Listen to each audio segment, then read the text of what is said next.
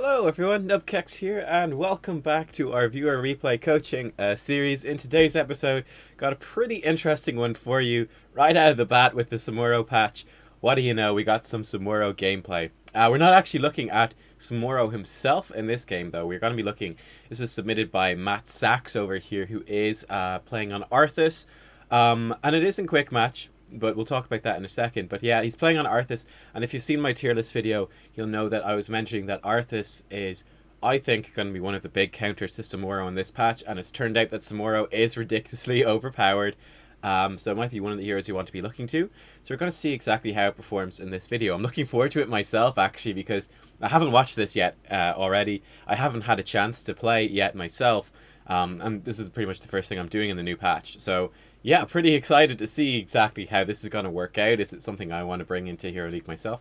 I'm expecting it to work, and we'll, at least for his part, well, don't know about the teams, right? But for his part, I'm expecting it to work, and we'll see what happens. Also worth noting, it is quick match, however, he was a grandmaster player in Season 1, so that in itself, I was kind of intrigued to do a replay on it, seeing as I think the highest replay we've had so far has been Diamond. Yeah, it's been Diamond, almost certain. So yeah, it should be cool to see sort of grandmaster mastery type standard. I had to put the two in a little bit together. Quick match. Like I've said before in other videos, I don't normally want to cover quick match at all in this series. I'd much prefer to do ranked, where we can talk about the draft and team compositions versus each other. In this case, we happen to have Samuro on each team. Apart from that, though, they're different, so that's something. But we do have a Samuro on both teams, unfortunately. But considering that he was a grandmaster, he never had it before, and most importantly, considering that it's giving us a chance to look at Samuro in a replay on pretty much day 1. Well, I suppose it's day 2 now when this comes out. And considering that I thought that Arthas would be a really good counter to him, and that lets me do a video on that really soon. I thought all that stuff combined together makes it worthwhile to do this. You can see their chat, they're already loving this. This team Samuro says, blah. Vala, I love this. This is interesting, full stop. But yeah, it's one of the things he was saying in the email he sent was that he felt that the team comps was very much leaning towards the enemy's team. He said, so, well, look, I mean, they've got the Lost Vikings. This is Garden of Terror, obviously, in the Vikings. But he didn't say this, but he said this, the team comps were imbalanced, right? But they have the Lost Vikings on Garden of Terror, which is insane. I should say, actually, by the way, in terms of balance on Samuro and stuff, I think Samuro is, at the moment, overall in Hot Dogs, sitting at about a 65% win rate. So he is ridiculously overpowered. At sort of the top levels, though, of course, that's not as big of a deal because it's still 65%.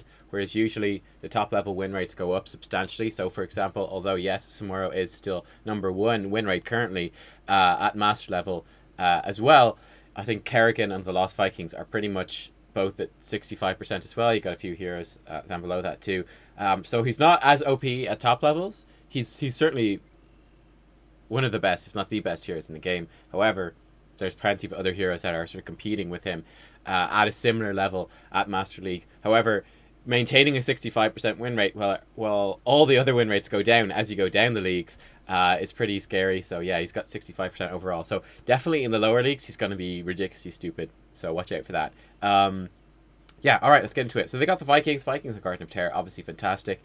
Apart from that, they've got Samuro as their only main damage dealer, really. They've Chen as their main tank, who does a fair bit of damage. Then they've got Lily and Oriel, who are also fairly damaging supports. So it should be kind of intriguing. If we pop up the talents here, okay, only Arthas, MattSax over here has picked his talent so far. I have moved, actually, let me just check. Okay, yes, I'm just taking a look at my webcam. We are in between the talents and the character ability info. That's good. By the way, as you might be able to tell, I have like a cold thing. I'm feeling pretty miserable. I also probably have bad hair, so we'll just see how it goes. It'll be fine. I'm sorry if I'm particularly nasal today or something like that, but there's nothing much I can do about it. Like, my sinuses are inflamed. It's horrible. It's like hay fever, except it's autumn, so I don't know what's going on. Anyway, yeah, I would expect for their team to build into a lot of damage. They've got double support, and they only have Samuro as their sort of carry, as it were. So I would honestly be hoping for the Lily to build into sort of a Lightning Serpent, a Wind Serpent type build. Just to amp up her damage as much as possible, and she can do a substantial amount of sustained damage with the Wind Serpents if she does so. Oriel, pretty free to build what she wants, but Oriel also does quite a large amount of damage for her support. Yeah, then we'll see exactly how it goes. They'd have a pretty powerful 4-man team. A little bit light on the range damage, which is why I'm saying leadership builds into it. But apart from that, pretty powerful 4-man team. If they've got a good 4-man team and good Vikings, I think he said the level of play in this game is particularly high. I think average MMR of 3,000 or something, which is very high for a quick match. So yeah, we'll see how it goes. On the other team, on MattSax's team over here, he does have Arthas as the main tank, and the only tank. I quite like to see him as well in a double warrior comp. I think as a second warrior as the bruiser, Arthas brings an awful lot in terms of shutting down Samuro. They've got a very squishy team, as you can see, which Samuro could potentially be tearing through. I mean, they have Samuro and Chen diving in. They have a lot of heals coming on top of them. That could be pretty scary. And yeah, they've got Arthas to try to protect. And Arthas should actually be pretty decent against protecting, seeing as he doesn't have to pay as much attention to the backline. He can mostly focus on these two. And the Vikings as well, if they ever come to a fight, especially later in the game. So his sort of AoE damage should get a lot of value there. But yeah, I mean, his teammates are going to have a pretty tough time staying alive against this. They have a solo healer, Tyrande, which is going to be difficult to keep people alive. I think the one redeeming factor of their team, apart from having the Arthas, Samuro balances out. I do like the Vala here as well. I think Vala is really, really good. It just would be interesting to see exactly what you can do against this. But yeah, I'm hoping for Arthas. I like Eternal Hunger. This is what I would personally think to pick. Kind of my standard Arthas build is what I'd be looking for, and we'll see what he goes for. Basically, he's going to pick up, or I would pick up Eternal Hunger, probably at level 1. Just a bit more burst damage against Samuro, which could be really, really effective, and giving you more mana as well, letting you just maintain your Frozen Tempest over here for as long as possible. And speaking of Frozen Tempest, I probably built into that at most of the talent tiers, so at level 4. Built in for more damage, which would be obviously very useful. Level 13 and 16 then, I'd grab the reduced attack speed, or stacking reduced attack speed at 13, just to really shut down that Samuro damage, and then get this sort of stacking up to a root at level 16 to shut him and Chen down even more. I think all those, and the Lost Vikings as well, I think all those would combo really, really well. Level 7, pretty free. I'd probably pick up Rune Tap myself in this game, which would basically restore health every 3 basic attacks. Pretty useful against Garden Terrors. Pretty useful to have some extra self-sustain as well, considering you only have a Tyrande. And yeah, I'd say Army of the Dead as well, just for survivability and a bit extra damage probably. And then level 20, I don't know, hopefully be winning the game by then. Let's hit the play button and go. And I never worry too much about level 20 talents, because I mean, if you look at Hot Dogs, for example, the level 20 talents are often like 10-20% higher win rates than the other ones. Why is that? It's because if you are if you're level 20 first, you're pretty much almost winning. Let's see what they're talking about here. Alright, so he's calling for stuff. Triple lane, Mitra and Chromie. And they're going to have 2 people solo lane. That's actually a pretty good way to split people up. So, actually, one of my concerns, and I like that he's calling for this. That's really good, actually. And addressing this early is, and I forgot to mention it, but their wave clear is pretty bad, right? Arthas has got very good wave clear. Vala's got very good wave clear as well, you know, for their roles. They're pretty good at it. Not the fastest, but they do bring solid, consistent wave clear. But Tyrande is terrible. Chromie is okay. Okay, she's probably building into W, and that's fine. If she gets Mobius Loop at 7, she's not bad either. But it's definitely wave clear is certainly in the early game, at least, a concern. Samuro could be pretty decent, I suppose. We'll see what he picks. There, Samuro has gone to Wave Illusion. Lily's gone to Gale Force. I don't like it. She's gone for a damage talent, but I think the Timeless Creature, just building into all the Wind Serpents, is much better. I think I've had a couple of Lily games up on the channel recently. I don't think they've all gone with that build, though, but that is sort of my preferred build. But anyway, we'll see what happens here. Chen is going for evading basic attacks, so that makes sense. There we go. There, Samuro is coming in. And he has gone out again. Nice shot by Chromie.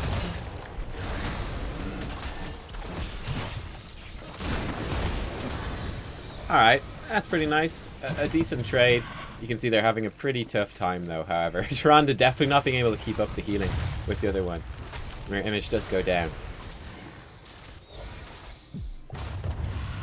Yeah, okay, so one thing I would say, so I think pretty good play so far, you know, going in, backing off, pretty nice. Someone actually got a kill, I think, was it up down bottom?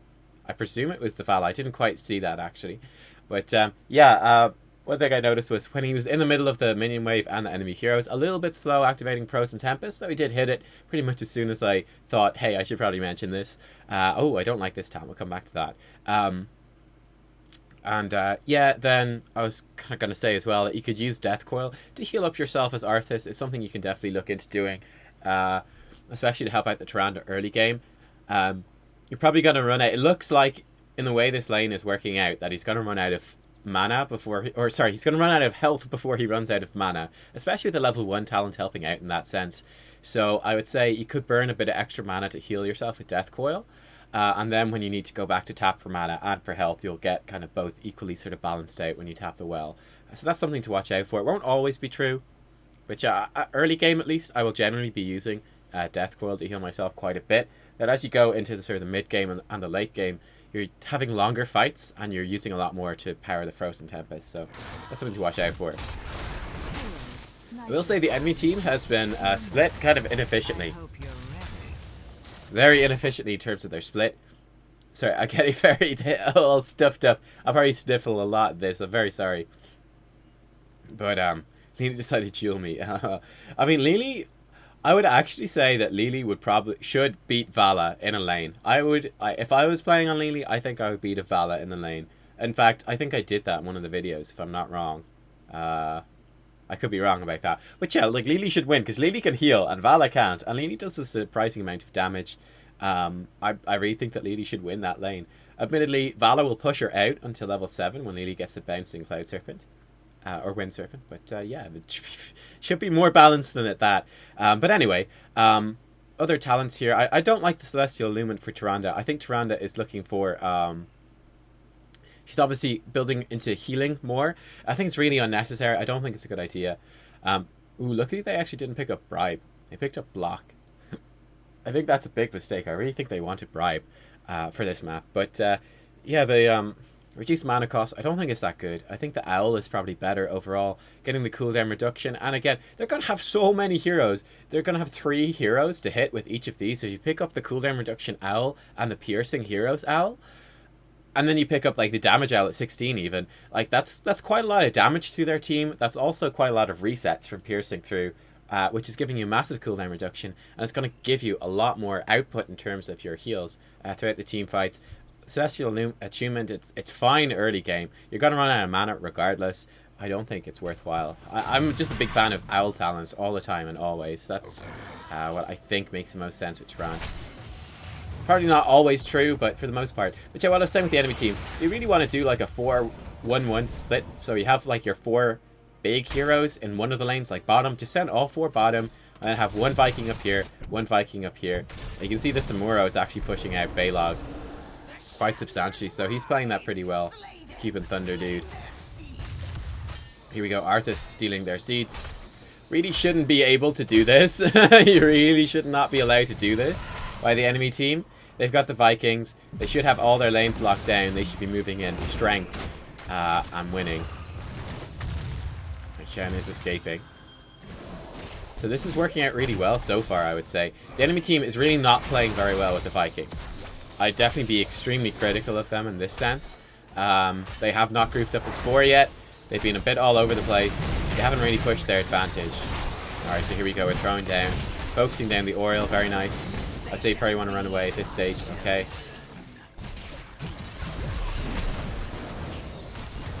Alright, did your best to save the Samuro. I thought you guys overcommitted to try to get the Oreo. For sure. Shen is coming back in. And oh, Vala just getting melted by the dive right there. Did you pick up a kill on Chen though in return? So that's probably actually worthwhile. 1 for 1. But once again, I'm kind of looking at this, I'm going, where are the Vikings? Like, why is there no Viking pushing here? We've got a Viking pushing up top, and that's good. But where are the other Vikings? Are they doing one of the terrorists? They really shouldn't be. Again, I think at this stage of the game, it's like the enemy team groups of us 4, and they like push either one, and then you have the Vikings pushing in every lane, and they start generating a bigger and bigger XP lead. They got a little bit of one. I presume he's in a bush or something. Yeah, okay, but yeah, okay, he's just staying in the bush. I would actually be out there pushing, because the enemy team has to respond to what you're doing this for. I mean, as you can see, like, he could be getting a lot of value pushing right now. And once he sees everyone up here, he should be looking to do that. 2 Hearthstone for mana and life. We're going back in now, it's pretty good. Okay, you're in a bit of a tough spot here. You can see that. Like, you're stuck down this side of the wall with the enemy team. Between you, it's either run all the way around, not participating in the fight, or kind of running into the back line. I think running into the back line is okay. You're distracting them and gonna get body blocked now. Again, I would say, looking at the Arthas, you should really have the Frozen Tempest on. At the moment, it is looking like you're going to run out of life much quicker than you're going to run out of mana. While you're amidst the enemy team, it's worth having it on. It does stack up slow as well, so I think it's worthwhile. There you go, you turn it on immediately coming in here, and I think that's good. Well, ow. Nice route. You might survive, you might die. Fortunately, Tyrande ran this way. No, you're going to be fine, okay? I'm having a lot of trouble. Alright, at this point in the game, it's pretty difficult. Again, I haven't been too much to say about the Arthas. I feel like a couple of opportunities where he could have been using the Frozen Tempest a little bit earlier, but it's not a massive deal. Apart from that, I think it's been fine. We'll pay attention to more of the other abilities as well. I've been kind of watching the team fights because they're so interesting here. But yeah, it just seems like very difficult for your teammates to actually get a kill. And you can see the higher sustain of the enemy team is kind of winning out over your team as time goes on. If we take another look at the talents, I like he picked up Biting Cold, increasing the damage, makes a lot of sense. I like it a lot. There's Samuro went for Wave Illusion, so his images are stacking up basic attack damage. He's getting Spell Block, which obviously makes sense. Vala's multi-shot hits pretty hard. Yeah, Chromie's, all of her abilities hit pretty hard, so the Mirage, I think, is a very good choice. And he's gone for Phantom Pain, so I think he's gone for what is probably overall a better Deflection. Yeah, okay, I get that. That makes sense as well. But yeah, this is like a fairly standardish sort of Samuro build, which is coming out, which is like I'm going to pop out a bunch of mirror images and just do a ton of single target damage. So it'll be interesting to see if he finishes out that sort of build that I've seen floating around. This guy has gone for Way of the Wind, so a bit more flexibility, which is intriguing. It'll be interesting to see how that works out. And then Deflection, obviously to reduce the basic attacks, figuring that Samuro and the Vikings are all doing these basic attack damage. So I don't have to worry about it too much. Again, I really dislike the Lily choices. Let's play it a little bit longer. I really dislike this. The increased duration of Blinding Wind. Right, so the issue with this, right? You're gonna blind two heroes. What if you blind two mirror images, right? Or what if you blind someone else? They're blinded for a long time, but who cares? Why I think she really should pick up the Mass Vortex to actually guarantee that you're gonna hit the Samuros. That's what I would pick. But to be honest, I wouldn't even build into it. I just kind of rely on landing a regular basic Blinding Wind without any talents onto the Samuro, just timing it to hit him, particularly him, and maybe a mirror image as well, whenever he tries to dive one of my backline. But apart from that, not worrying about it too much, and just building into the Wind Serpent to get more range damage. Anyway, I like this. You see here, there's a big fight up top. Everyone's kind of condensed up top, so we're going down here. Tyrande and Arthas, you can see they're actually doing a pretty decent job against this by themselves. The L has given them away, but that's okay. And look at this, he even picked up Pierce. Why would you... Oh no, you're killing me, dude. Why would you pick up Pierce but not pick up the ridiculous amounts of cooldown reduction? Doesn't make any sense. And he's actually gone for Dragon's Eye. I don't like this choice either. I think with getting Deep Breathing Enveloping Assault, it's a really good time for Mobius Loop here. Maybe you're looking for a single target blow up on someone, but I would personally like, you can see they grab the terror by themselves, so that's really good, and they actually pick up a Viking as well, so really nicely done by the Arthas, I have to say. But yeah, I would say Mobius Loop for wave clear, because you're going to need a lot of wave clear. I'm just concerned that might become an issue later in the game. Arthas, you can see down here, is doing, I think, a pretty good thing. He's just split pushing. Very important to keep the lanes soaked and split push. He's actually just going to push this into the tower, so he's going to recall. He's low on mana. And he's saying his team know he's going to get it, so it makes sense. Samuro's gone back for help. Vala's going really deep, but she is nowhere near actually killing anyone. And this Viking is causing some trouble. So because they stole the small camps, blue team is actually substantially ahead, even though they basically lost the whole phase. Because they won at the start. Well, watch what he does with the... Oh, here's the terror. I misread the map somehow. But because they did so much better, the blue team, because the red team really screwed up their rotations at the start, and the blue team just stole all the small camps, blue team actually walks out ahead, way ahead on the seeds, 40 seeds ahead. So that's really happy days. Now we've got a tough situation where we've got to find somewhere safe to push in. The whole enemy team is sort of somewhere here in the middle. Let me just say that I like that. So Chromie's actually split pushing and she's in a lot of trouble. So I would have liked her to be putting pressure up here, but to be positioned a bit further back in the lane so that she can create pressure using her W to clear out the wave and creating pressure with the minions on the towers. That would have been fine, just getting the vision with the minions. But, I mean, going down the lane is dangerous with this. I love that Samuro is coming and pushing this lane, right? So we know that the tower is in the middle and that the tower is creating a lot of pressure. The enemy team has been floating around here trying to just block this tower and just ready to kill it whenever it pushes forwards. So this is really opening up the opportunity for Samuro to come and start doing like crazy split push. He's actually got Burning Blade, which is the split push talent as well. So he's going to actually start doing a lot of damage down here at the bottom. Just doing a bit of extra fire damage. Chromie actually got picked off. She was out of position. But this does open up the opportunity for the tower to start to split push because they sent so many heroes to come kill her. So they actually take out the front walls in the time it's taking the enemy team to rotate down. Nubkeks, that's a good name. And look, all the while, the Samuro is also getting a lot of value, so that's really good. Well, they're definitely after me. Yeah, I mean, judging by your position, that was fairly likely. And the tower, we're actually getting a lot of damage down here on this fort. Might die coming out of this, it's possible. We'll see exactly what happens. No, he's going to retreat on time. Kirby value. Yeah, look at this. Pretty nice. You got a lot of damage out of that.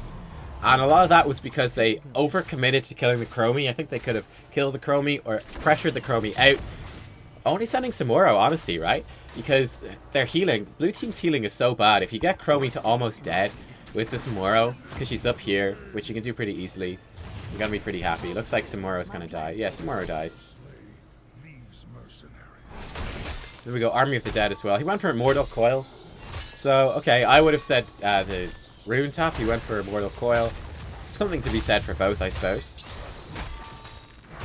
I'm more of a fan of Rune Tap overall, I think, especially because it's pretty useful against the Garden Terrors.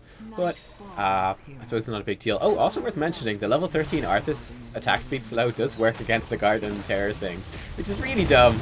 But that's the way it is. Chromie's going to die again. Yeah, I mean, like the Arthas said, it's like they're doing mercs. Really have to be careful, right? You got two heroes doing mercs. You don't have much vision on the map. You really don't want to do anything too radical. Okay, he's actually gone for the Illusion Master. They both have. We have play again. Oh, not bad, not bad.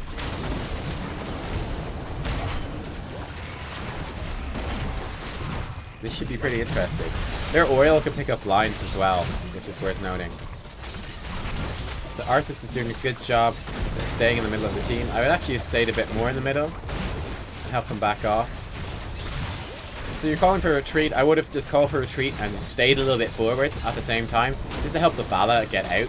She had a bit of trouble. This Lily is way out of position. Boreal, though, keeping her alive. Nice, like, target switching as well. Very nice. You can tell it's definitely like a high-level game, right? Because they're target switching quite effectively. Lily's way out of position. They catch her. They do a lot of damage. Then it goes, okay, we don't actually have enough to kill her. They're devoting a lot to saving her. Switch to the oil for a bit. Okay, oil's okay. Look, now the Samuro has gone out of position to try to save them, so we're switching around again. Temporal Luke's not going to do much, honestly. She doesn't even time it right, unfortunately. And long fight. Vala has left you.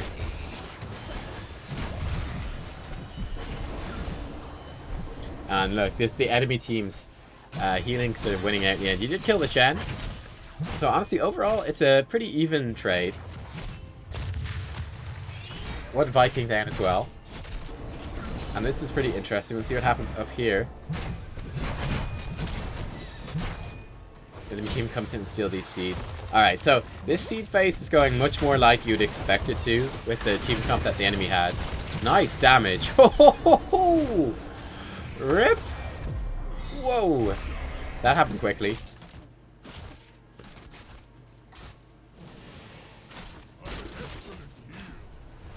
Vala putting out some nice damage. The teammates do need to back her up. She's getting caught out a little bit. Arthas rotating around. Didn't quite land the route, unfortunately. at this stage you are up hero, so it might be worth fighting. And there you go, you're going to be able to start to steal this. I love that you need to pick a talent here. I think it's actually pretty important. But nicely done, we actually blow up the Samuro. Exploded! Arthas damage, Frigid wins. Yep, love it, absolutely love it. Would have been nice to have it in the team fight, but not a huge deal. It's obviously very difficult to pick talents during a team fight. Especially if you haven't played the hero. Like, that's the thing. If he plays Arthas every single game, then yeah, it should be pretty easy to pick. But if you're picking different heroes every game, it's really difficult to maintain which talent you want to choose. This is a nice temporal loop this time. That's going to hurt a lot. Nice. Nice. Now, you do have this pushing it. But I think it's worthwhile.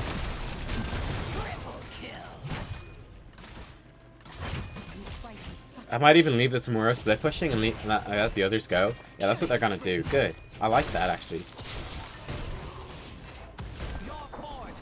Probably going to have to give up this one. That's okay. So there's Samuro's chasing. Blue team Samuro. Blue team Samuro is just wrecking his face. Haha. But he picked the wrong ones. That's why. That's why. But good effort, though. Blue team Samuro kind of kicking ass right there. He's got the teleport. I like it. This guy's got the reduced cooldown on the mirror images. Oh, they're fighting down here. This is a pretty epic duel. Now he's in trouble, but he does have wind walk, so he's just going to get away. Ooh, he got knocked out of it, though. He got knocked out of it. I think he might die. Nope. Mirror images just about saves him. Nice. Anyway, that's really good, though. And as you can see, they won the sort of fight down here. That's a big deal. They actually got the terror. They had just enough to get it as well. That's a really, really big deal. The enemy prioritizing kind of killed the enemy Samuro over actually contesting the objectives. I feel like the enemy team, they're doing team fights well. Pretty well, anyway. But I really strongly dislike how they're playing the map. If we pause it for a second, I want to take a look at the talents. But I really don't think that they're playing the map very well. You really wouldn't know that this is the Lost Vikings team, would you? You probably wouldn't know. I don't like, for example, they don't have Bribe. They haven't really picked up a lot of mercenaries. We haven't... Maybe I've not been paying full attention to it, right? But I haven't felt that there's been these noticeable presence of the Vikings, that we've been dealing constantly with a four-man team while the Vikings split push, going like, oh shit, like they've bribed something, and now we've got like this Merklord push going on. Really haven't felt that. I've really felt like for the most part, there hasn't been a ton of map pressure coming from the Vikings, and that really, really sucks. The enemy team has also failed to get the seeds very well, so they've only had one Garden Terror. Like 12 minutes into the game, they've only had one, and it was a good one. It did get a lot done, but they should have had a lot more than that, really, with the Vikings. They've been quite weak in terms of, definitely the first seed phase, they're quite weak. And then the second half of the second seed phase, they just fell apart, and the blue team was able to just go grab like a full terror while they were just chasing a kill that they didn't even get. It's a pretty big mistake. Let's take a look at the talent builds. I'm going to criticize Lily some more. So she picked up additional healing. I'm like, you've got two healers. You've got a lot of survivable characters. I mean, is two healers the time when you really want to pick up additional healing? I don't think so. Jug of 1,000 Cups is fine. I think either heroic would be good. I don't mind that one. I think it's fine. Hindering Winds, like Blinding Winds slows enemy. Like, what? No. And then the Serpent Psychic. This is a really bad Lily build. I really strongly dislike it. I've said it again, I'm going to say it probably 5 times during this video, but I think it really needs to be said because it is such a weak build. 50% increased duration. In fact, let's tab over to her. 50% increased duration on the Cloud Serpent. I always get these names wrong. So it lasts longer, right? Get it up on multiple people. 4, Healing Serpent, Mending Serpent. So it's going to be doing a little bit of healing every time it attacks. So just this constant ticking heal. Pretty nice. Pretty useful to put on like Chen or Samuro while they dive in, and it's going to be just going on them. Level 7, Lightning Serpent. So it's going to be doing bouncing damage. It adds a lot of damage. Really nice split push. Really nice for taking small camps. Really nice just damage during the team fight. And that's just guaranteed sustained range damage, which this team really, really lacks. They really lack sustained guaranteed damage during the fight. Just like so much of their damage is melee based, so it gives you a lot of that. Whichever heroic you want. Level 13, I really think the increased ability power would work well. Probably the best. Or Shrink Ray if you were confident that you could Shrink Ray Vala or Chromie or the right Samuro. That could work pretty well. But I think the ability power, I don't know what it's called, Surging Winds probably. You get like 5% ability power, I think, for every hero you hit with Blinding Winds. Once you hit level 20 in late game, you're going to be stacking that up to 20% all the time because your cooldowns are really fast. Then Serpent Sidekick, I mean, you're picking this up, right? But this, oh man, she can get, I know for a fact that she can get a talent here that I'm pretty sure it's like 50% reduced damage for like 4 seconds or 3 seconds whenever she gets stunned or rooted. Why would you not pick that up to survive against the Arthas or the Tyrande Burst? That doesn't make any sense to me. Why you go for Serpent Sidekick without the other talents, but I would have gone for Serpent Sidekick with the other Serpent talents. So you're going to get, whenever you cast a Serpent on someone, so you could, and then Kung Fu Hustle at level 20, so you're going to have these reduced cooldowns, which means that late game, you're going to have Serpents up on yourself pretty much constantly. You're going to have a Serpent up on maybe Chen, and a Serpent up on Samuro as well. You're going to have 3 of these things. They're going to be doing these constant heals all the time, ticking, ticking, ticking. They're going to last for 12 seconds. They're going to all be doing this AoE damage, consistent damage. And yeah, I mean, you're getting the one on yourself is just free. It's always up. And that's really useful. That's a lot more healing, a lot more sustained damage. I just really think that, considering that you're in a double support comp, that's the thing to go for. In a double support comp that's lacking range damage. So I really don't like this build. It's all over the place. It's like, okay, more damage from the winds. Like, why? Then the wind lasts longer. Okay, using it against Samuro, but realistically, very difficult to actually get it to land against him. So I don't think it really stands out to me as a good one. I don't think the extra healing makes sense when you already have a freaking Oriole. I don't like a slow on the winds, like anti-Samuro, but I mean, you're going for a double melee dive. I don't think there's any point to that. I think it's really weak. And then the Serpent Sidekick, you're picking that up when you've got no other talents to synergize with. I'm just like, please, Lily, please, have you thought about your talent build at all? What is this? Anyway, looking there, Samuro, he's gone for this. Press the advantage. He's actually stacking up basic attack speed. That's quite intriguing. So he's gone for like a full mirror image build. I would have expected him to transition a bit more into Windwalk, but I guess I was wrong. But this is okay. Yeah, that's okay. I'll tell you what, let's hit the play button and let's go again. But this is a pretty nice spot. Now, Vala is caught out and dead. You get the siege cap, but Vala died and your fort died. Yeah, this terror should get a fair amount of damage done. So you're going to grab this. It's intriguing. I would have been looking very much at pushing this bottom keep because they're so far away. I like picking up the fort there. You know what, picking up the fort and pushing in for the mid. Mercs or Be Alive are the two options. I like pushing mid, probably makes sense as well. You can start getting pressure on it pretty early. You can see what I mean though. You went for the fort. I think going for the fort on the way was probably a decent idea. However, the enemy team does have time to collapse and you're not able to push in one of these other things. I think that's a tough choice whether you go straight for the bottom keep for the extra XP and extra map bonus, like the better structures to take out, or whether you went for the middle one. Chromie looks like she's rather dead. That's a very nice polymorph, however. And yeah, he's gone for Remorse this winter. So I really like the Arthas build. I think it's a really good build. Making me proud. Tyrande again has gone for my Tyrande build, except for this level 1 talent, and I'm just like, why? This also is awful. Why would you do this? Quantum Overdrive, reaching through time. Fair enough. I personally here again, I don't think I would have picked up the reaching through time. I would have picked up one of the defensive ones. I mean, it's defensive in a sense, but I don't think you need the extra range for the enemy team. I think Lily and Oriole are relatively short range anyway. And you're also going to be looking at attacking their front line, which are going to be diving pretty aggressively. I don't think you actually need the range. I think bye-bye to just Hearthstone away from stuff is an option. Like, it's realistically an option. And they've got very little that can stop you casting bye-bye. So I think that's for sure an option. That's the one that makes your Hearthstone like 3-second cast time or something like that. Alternatively, the time out, I think it's called, which puts you in stasis. I think both of those would be very good options for avoiding the potential dive that they could throw at you. I don't think reaching through time makes any sense. Vala's gone for a Q build, which is fine. I don't think it's the best build, but I think it's fine. She obviously wants a bit more solo potential, a bit more single target burst.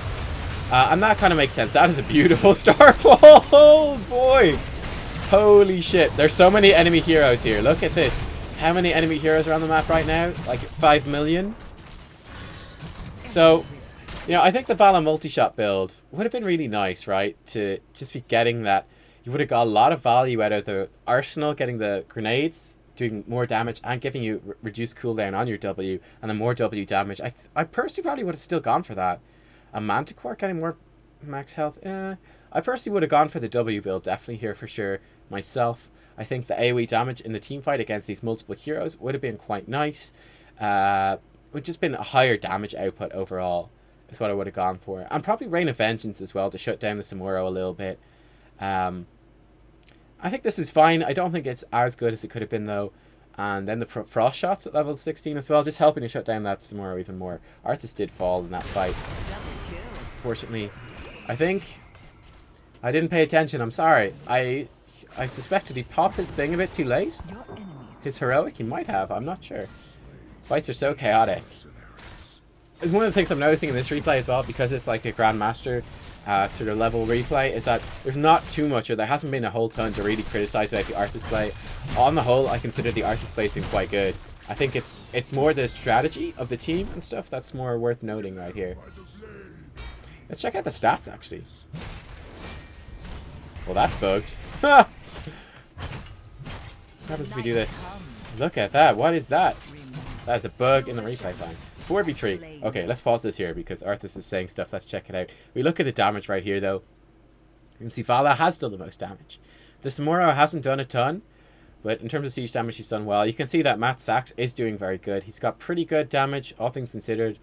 It's the lowest on his team, but it's still pretty solid, considering you're looking at 3 effectively sort of hyper carry type heroes. It's actually not too far behind, and then you're going against a damaged Tyrande, so pretty nice overall. See, these guys have also been soaking a lot of XP. On the enemy team, they're actually struggling to do a lot of damage too. There's Samuro also falling behind the Chen, who's done the most. I think a large part of that has to be the Arthas pressure. So that's fine. Ooh, be careful here. You're looking to invade. Like, they're positioning very aggressively. However, I mean, Samuro is doing a Merc camp, and Vala is pushing a side wave. So that's really risky without bye-bye and stuff. I mean, realistically, what is she looking to do here? Nothing. That's what she's looking to do. Absolutely nothing. So I think Arthas is doing, again, the right thing, saying, please be careful. Please don't die. Position for the seeds. Here we go. Oh, look at this. There's Samuro has found someone. I think Arthas probably responded a little bit quicker right there. Sort of bad position by his teammates, though, to be fair. But yeah, I need to be careful. Okay, Vala coming in. Need to be very careful here. They're collapsing quite hard. Again, bear in mind Samuro is up top, so this is very dangerous. Nice lead from this. Vala's in a lot of trouble. Samuro up here trying to deal with 2 heroes. They're trying to deal with a couple of heroes down here. Vala goes down. Looks like the Arthas is going to die as well. Kill the Viking, so that's something, but you're going to lose. I would suspect another hero at least. Nice dodge by their Samuro.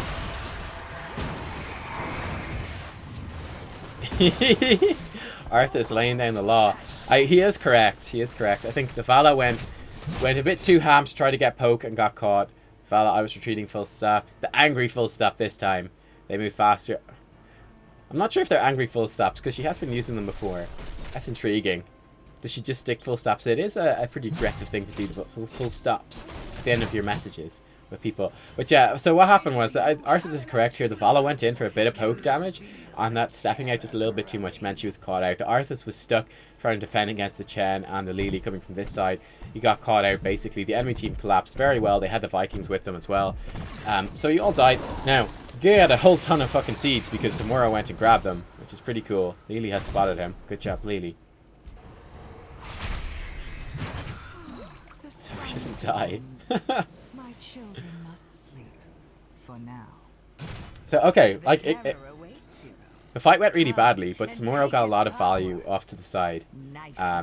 But yeah, the blue team, definitely, I point the finger probably for the most part of Vala in that situation. Though, I'd also, at the same time, I wouldn't point the finger too much because I will say at the same time, it was a very good move by the enemy team to come and catch them out. But Was it a good move though? They sent all their heroes. They collapsed well. They punished really hard for the fact that they were split 4-1. However, the 4-1 split, although they lost a lot of heroes, they also got a lot of seeds, right? So it kind of balances out. That's a pretty interesting look at the strategy right there, right? That's a really interesting look at the strategy. So enemy team punishes the 4-1 split by sending all their heroes and getting a bunch of kills, but at the same time they lose nearly all the seeds, and the blue team does get a tear out of it, and it's probably ahead on seeds as well, I imagine. I suppose let's go on to Samuro, for lack of anyone else to go on to. No, because Arthas is in the tear. I'm not super keen on Arthas being in the tear. I think it's fine. I would have maybe put, like, Chromie in the tear with bye-bye. That's what I would have done. I feel like Chromie's going to have a really tough time without an Arthas protector. I think with the Arthas and the tear, it would have been pretty nice protection for the Bala and the Samuro and the Tyrande to do a lot of damage. But that's a tough call, actually. Arthas in the tear is fine, to be honest. Your warrior in the tear is always a safe bet. But it'd be intriguing to consider the options. This fight is going very well for you. Now Arthas is coming out of the tear. He's actually standing still for a second there. Okay, pretty nice. I like this. Sort of zoning the enemy team out. Pretty good. Nice. Got a couple of kills on the Vikings. And that worked out really well. You guys won the fight quite dramatically with the terror. So clearly the Arthas in the terror is working pretty well. And you picked up the Death's Advance at level 20. I think that's fine. So that is passive move speed, and you can activate it for more move speed. I think that's fine. Nothing wrong with that, really. Nice pick on the Lily. Lily is making a lot of mistakes in this game. I feel that she's probably one of the weaker players in the enemy team. I feel like their Chen is pretty good. I feel like their Lily's made a lot of mistakes. What did they pick up? So you did get Kung Fu Hustle, so that's good. Sometimes secret recipe, Shield of Hope. Three blade style, intriguing. I'm not sure if that one is worthwhile. Honestly, I think the other ones are probably better. I'm not sure the sequel. Interesting. Haven't seen that much either. Okay, so here we go. This is actually a little bit scary. We're looking for this Mercamp. We're not going to get it though. Nice route. I like this. I really like that Vala got Death Siphon as well. That's a lot of AoE damage against this AoE stack team. I like it a lot. Storm Shield makes sense. Loophole. Intriguing. So they got a lot of stacked heroes. They're just looking for a big W blow up on like the Vikings or Samuro. Yeah, interesting. And then we got this. Interesting builds all around. It's a big fight. I like that you're right in the middle here. I would say, as Arthas, the main priority should really be to stay on top of their Samuro with the Frigid Winds and Remorseless Winter. That's got to be your main priority here. You're going to die, I think. Unlikely. No, maybe they stopped chasing you. Now they're chasing you. Arthas, the Great Escape. Oh, turn around for the Q. I think he actually makes it out. It's only the Vikings. Huh. Chromie did die. Arthas survives. You think the Vikings would have realized he was going to escape and just stopped eventually? That's kind of funny. I really like Fury of the Storm with Vikings on level 20. Sorry, that's the one I would normally go for. I think it's amazing at this map. So your mercs are pushing in. Yeah. I would say, yeah. I mean, watching your Arthas play, I think the Arthas play is really good. I think maybe a little bit more focus. It's difficult because you're the solo warrior. That does make it very hard. But I would say a little bit more focus on maintaining the Frigid Winds debuff on their Samuro and on their Chen would be the main thing. That you could ignore their backline a little bit more. And focus on denying their front line a little bit, which Arthas is best at. But I think it's you've been playing pretty well. I honestly feel like the story of this game is the enemy team not playing very well, honestly.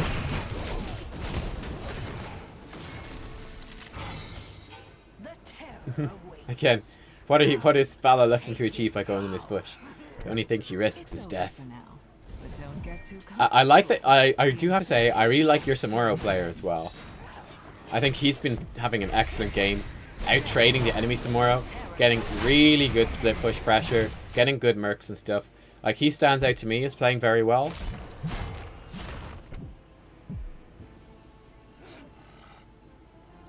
He does have an OP hero, technically, so that helps as well, for sure. Anyway, here we go. You've got a terror. Let's actually pause the game right here and just take stock of what is happening. So we have yourself in the terror.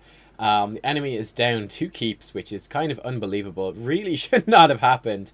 But like I said, they've just not been playing that well. So you're pushing in with this. So the goal will be to either put pressure on the core or to take out the final keep. Either one could work. Just winning the team fight worked pretty well too. But the enemy team is definitely engaging. We have the temporal loop coming out. And boom, Lily explodes. Nicely done. Looks like Chromie is going to go down. I like what you're doing here. Looks like their Samuro is struggling to use this Illusion Master properly. He's kind of standing still. So this is going pretty well, all things considered. I think this fight is going very well. Just using it as a team fight terror. You got a lot of pressure coming in here on top. Okay. Again, they're down a hero right now, so this is very difficult for them. They're actually about to be down 2. There goes Samuro. Might be game, in fact. We have a plant come down. Oh, it's over here. That's a bad plant. their keep was already dead. You put it a little bit. I think you were trying to push it as far back to hit the core as possible, and we missed it. There you go. GG, well played. That was an interesting game. It's an interesting game, for sure. I think the main, for me, the main takeaway from that was, wow, the enemy team really didn't play that very well. They really didn't play it very well. I think that you did have a very good game. I don't think there was a whole ton of feedback to give on the Arthas that I haven't already given. I think it would have been interesting to attempt to put, because Chromie didn't take bye-bye, but it would have been cool to have like Chromie with bye-bye and have her take the terror and then see what you could get done with Chromie in the terror. Because I mean, if Chromie's in the terror, you got this big terror pushing down, and that removes one of your very squishy, very vulnerable heroes. Then you still have Tyrande bringing a lot of blow potential. You got the Arthas for extra zoning and anti-Samuro potential. Samuro for obviously all the damage. I mean, Samuro and Vala, like the two probably highest sustained damage dealers in the entire game right now. The two best probably damage dealers in the entire game right now. Potentially Li Ming as well. Just kind of just doing all their damage while they've got a double front line protecting them and then a Tyrande protecting them. It's pretty strong. It would have made for an interesting push. However, I think aside from Chromie, I would say Samuro could maybe have gotten into it, but Samuro was just so strong outside the terror and was doing really, really well. I think that probably wouldn't have put him in. I think that, yeah, Arthas was a pretty decent choice to go into the terror. It's like the terror and Arthas both do effectively the same thing in the team fight. They're both very bulky. They both are throwing like the sort of Arthas is doing his Frozen Tempest and his roots. The terror is doing its polymorph things. And then there's just these big meats of health that are basic attacking you. They're very, very similar in terms of how they perform in a team fight. So it doesn't really change how you're going to team fight. And that's, yeah, I mean, usually the warrior fits in very well and it's fine. I love the talent build. Would have maybe considered Rune Tap, but Immortal Coil worked pretty well too. Yeah, and then maybe focus a little bit more on focusing on their front line with the Arthas, with the Frigid Winds from Morsis Winter. But I do have to say, it's a difficult situation because you do have solo warrior Arthas. Makes it tricky. But I mean, if you had another warrior, like again, if the Chromie was like a Muradin or something, you'd have the Muradin kind of zoning out their backline while you really focus on maintaining the Frozen Tempest plus all of the debuffs it's doing onto their Samuro and their Chen. It's making life hard for them, and the Vikings as well if they're going deep, and maintaining that on them. And yeah, would have worked out pretty well. Well, I think you did play pretty well though. I think it went well. I think it worked out pretty nicely. Again, other talent builds, really would have liked to see the cooldown reduction for the Tyrande. I think it would have worked so much better. Especially considering what the talent build that she has, it would have worked a billion times better. But oh well. I would have probably preferred to see the Mobius loop from Chromie and the bye-bye probably. And then apart from that, I think it's fine. I actually quite like it apart from that. I think it's an interesting one to try at Loophole, which I don't really even know how it works, to be honest, because it's a weird one. Samuro did pretty well with this build. Not an expert on Samuro builds yet, so I can't say. The Vala Q build worked okay. She didn't even finish the quest, though. Let's confirm that. Oh, we can't. But I'm pretty sure that we can confirm from this that she didn't finish the quest. I do think a W build would have worked out better, but this worked out okay. And then I love the strafe into Death Siphon, actually. I think Death Siphon really brings this together, because that's going to be doing a whole ton of extra damage to all the Vikings, to all the mirror images, and to all their hero. Like, it's just going to add up to so much extra damage. It's going to be really good. I mean, as you can see, she did a large amount of damage, to say the least. The Tyrande did... Your whole team did a lot of damage. Look at that. The hero damage is quite evenly split.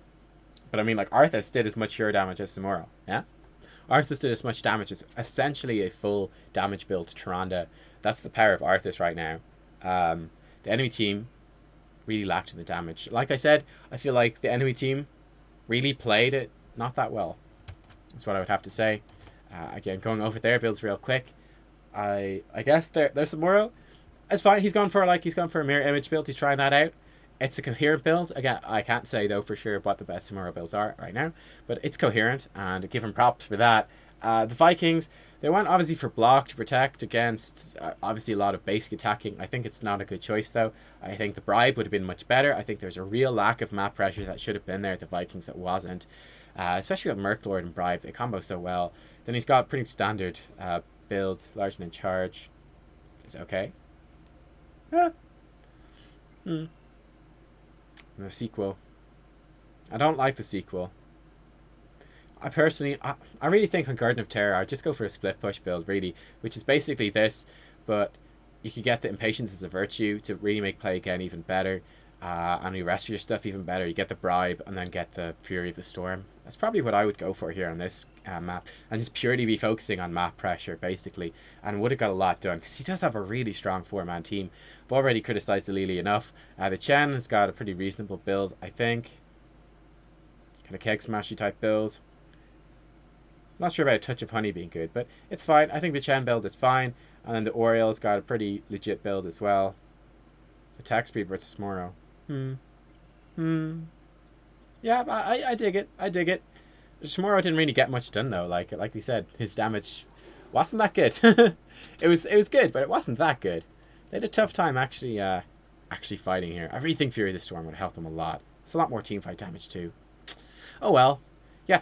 I mean, I feel the enemy team didn't play it very well. I don't think they made use of the Vikings properly. I think they misplayed the seed phases because they were misplaying with the Vikings. They had some weaker talent builds, particularly this one, which really kind of made their team composition kind of wonky.